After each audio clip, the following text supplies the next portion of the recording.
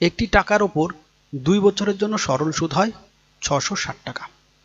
যখন চক্রবৃদ্ধি সুদ হয় 696.30 টাকা। উভয় ক্ষেত্রে সুদের হার একই, সুদের হার কত? তো রেট অফ ইন্টারেস্ট এখানে বের করতে বলেছে। 2 বছরের সরল সুদ 660 টাকা, তাহলে 1 বছরে কত হবে? 330 টাকা। আর চক্রবৃদ্ধি সুদ 2 বছরের 696.30 টাকা।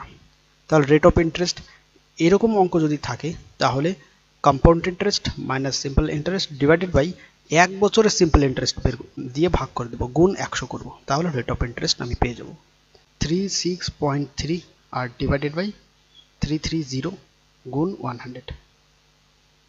একটা দশমিক তোলো, দুটো শূন্য এখান থেকে কাট, তো এটা হবে 11। তো রেট অফ ইন্টারেস্ট আমি পেলাম 11%।